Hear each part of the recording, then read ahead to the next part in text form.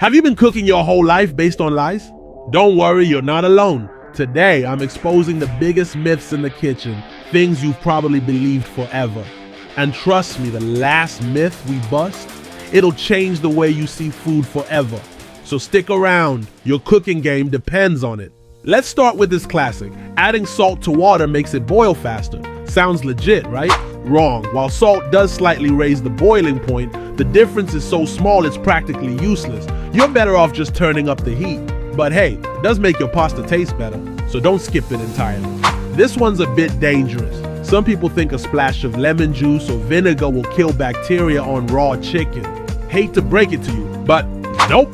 That's not how science works. The only thing that kills bacteria is cooking it to the right temperature, washing raw chicken.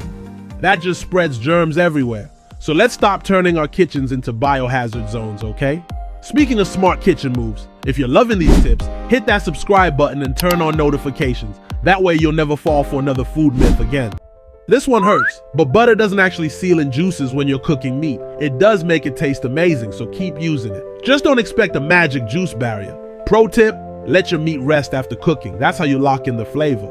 And here's one for the breakfast lovers. Ever struggle peeling a hard-boiled egg? It's not you, it's the egg. Fresh eggs are actually harder to peel because the membrane sticks to the shell. Use older eggs for easy peeling. Mind-blowing, right? Alright, here's the one that'll shock you. Storing bread in the fridge might seem like a good idea to keep it fresh, but it actually makes it go stale faster. Yep, science strikes again. Keep it in a bread box or freeze it if you want to make it last. And now you know. Which myth surprised you the most? Drop a comment below, I'd love to know. And don't forget to subscribe because there's more kitchen wisdom where this came from. See you in the next one.